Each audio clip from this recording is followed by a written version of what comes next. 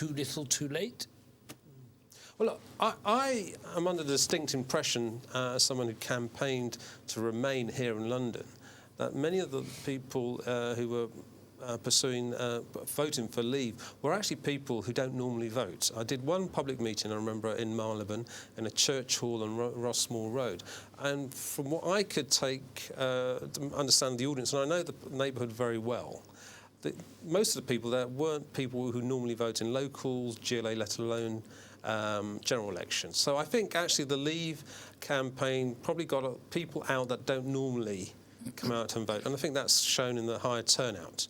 In the national picture, generally London, apart from the rest of England, London voted to stay in, along with Manchester and Leeds and other places like Scotland and Wales. The one that really surprised me was Wales, given how much they benefit actually from EU funds and what have you. I think actually it was a reflection of a general disconnection with the political system in the UK. We've had things like the Iraq War, expenses, the austere response to the financial crisis. This was actually for a lot of people, their only way to respond against the political establishment. I think there's a lot of that there. But there's an irony here, because you've got on the one side Jeremy Corbyn arguing to a challenge to the established way of doing things, looking for a new politics which apparently is connecting to ordinary people.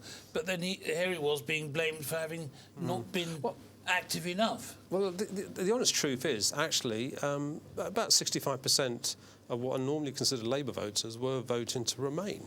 It's the Tory figures which are disastrous. They're under 50%. So Jeremy must have been doing something right, and the party within the Remain campaign. That's for sure. But I mean, since he's been being the official leader of the opposition, he has actually been very anti-austerity, and also I think the Chilcot report shows he's shown some moral leadership. No. And coming back to Europe, I think he's right to have been actually, yes, we want to remain in Europe, but things have to change. I think that was the right tune. I don't think being any more enthusiastic would have helped, quite honestly, because things like the common agricultural policy need to be sorted out, the nature of power amongst the ministry and the commission. Those kind of things are issues. And yet, Jeremy, if I remember in an interview on TV somewhere, gave them 7 out of 10, which is, I think, very generous. Now, last week, Jeremy failed to garner the support of his parliamentary colleagues in the Trident debate. And his recent positioning, as you refer to it, as the champion of anti-austerity, proclaiming that Labour has demolished the case for austerity, seems to put him a little bit outside the mainstream. To what degree are all these divides and these internal fighting simply allowing the Conservative government to be without any effective opposition? Well, it's interesting, the context of why that vote happened then. I think that's a question that people should ask, along with the vote for Syria. If you remember, the Syrian vote I think it was in November last year, happened a day before the Oldham by-election. It was put there by Prime Minister Cameron to embarrass Jeremy Corbyn the day before the by-election in Oldham and maybe scupper him as a potential leader. Thankfully, the good folk of Oldham saw through that and gave our candidate there a whopping majority. And I think a similar thing happened here with the Trident vote. It wasn't actually Theresa May that set it. Again, it was David Cameron that set the date for this. On such a critical issue, I really don't think you should be playing party politics on national security issues and issues of war. And I think, actually, I would point the finger at the Tories about using the parliamentary system to do this. We saw that in the GLA election as well, Carl. If you remember one of the Prime Minister's question times, David Cameron used it as an opportunity to suggest that Sadiq Khan is in with extremists like Mr Ghani in Tottenham. In Tooting, when actually they knew, and we all knew, he had been helping the Tory parties in the past two general elections to vote against Sadiq in his seat. So I think let's not forget this context when these issues come up. Now, We've only got a few minutes left, sadly. Just want to ask you a couple of questions. There's been a remarkable surge in membership in advance of the latest leadership deadline, with over 183,000 people paying the controversial £25 fee for to be able to vote in the leadership contest. Nearly twice the number who signed up last summer when the fee was only £3. Are we witnessing a more politically engaged electorate? You just described your local hustings meetings where a large chunk of the people were people who had previously not voted. Or is this a result of just a well-organised grassroots campaign spearheaded by the Momentum Group? Well, look, if nothing else, I hope all the opponents of Jeremy within the party will give him some credit for at least helping increase the membership of the party and making it a mass movement, more so than we've ever seen, even under Tony Blair as leader of the party.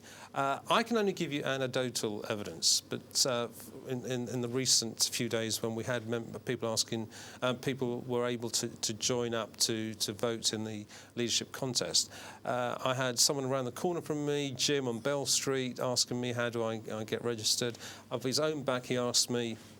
I gave him some assistance by giving him some notes. My mum as well is another example. Now, I don't think they're part of a conspiracy at all. I think they're genuine people who thought, well, actually, this debate's going on. We want to make a contribution, even if it costs us £25. Finally, I just want to get your view on how you see this whole leadership election process developing.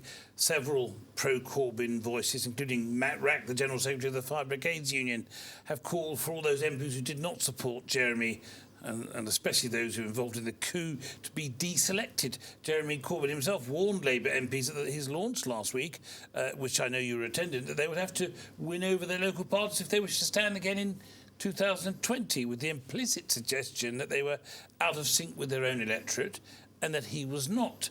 Is it a realistic proposal to deselect MPs? And wouldn't that just force a sort of widespread by-elections? No, I quite understand the sentiments. Firstly, can I thank the Fire Brigades Union for rejoining the Labour Party as an affiliate. I think that's another achievement that Jeremy can say he's made over his time, and I think it's important that we continue increasing our trade union base. As for the whole issue about deselection and what have you, I do remember actually Jeremy responding to that. He wasn't actually saying people are going to be deselected and what have you. He actually suggested the boundary changes were going to do this anyway. Again, people shouldn't forget the previous coalition government had put in train boundary changes which would reduce 650 MPs down to 600. But look, that would be the mechanism. It's not something which actually Jeremy has but I think there was done. an implicit suggestion. It was timing is everything in good comedy. But look. He was on the back of comments made by, as we said, Mark Rack and many others who've said that these people who've betrayed their leader ought to be deselected. Do you think that there's any viability in that? Now, my understanding of being in the same room when Jeremy made that response to the journalist was he wasn't saying that at all. But he was saying there are boundary changes which will trigger this anyway, unfortunately. I'm just trying to explain that wasn't Jeremy's doing. That was the doing of the last coalition government, and David Cameron in particular, who wants to reduce the numbers of MPs in the House of Commons by 50, which obviously means 50 seats being lost, and redoing the boundaries. Sadly, that's all we have time for. Murad Qureshi, former Labour London Assembly member, now chair of the Stop the War Coalition. Soon maybe the people in the Gaza Strip will correctly be reciting your title as the Mayor of London, or sups. Thank you very much for joining me on Islam Channel.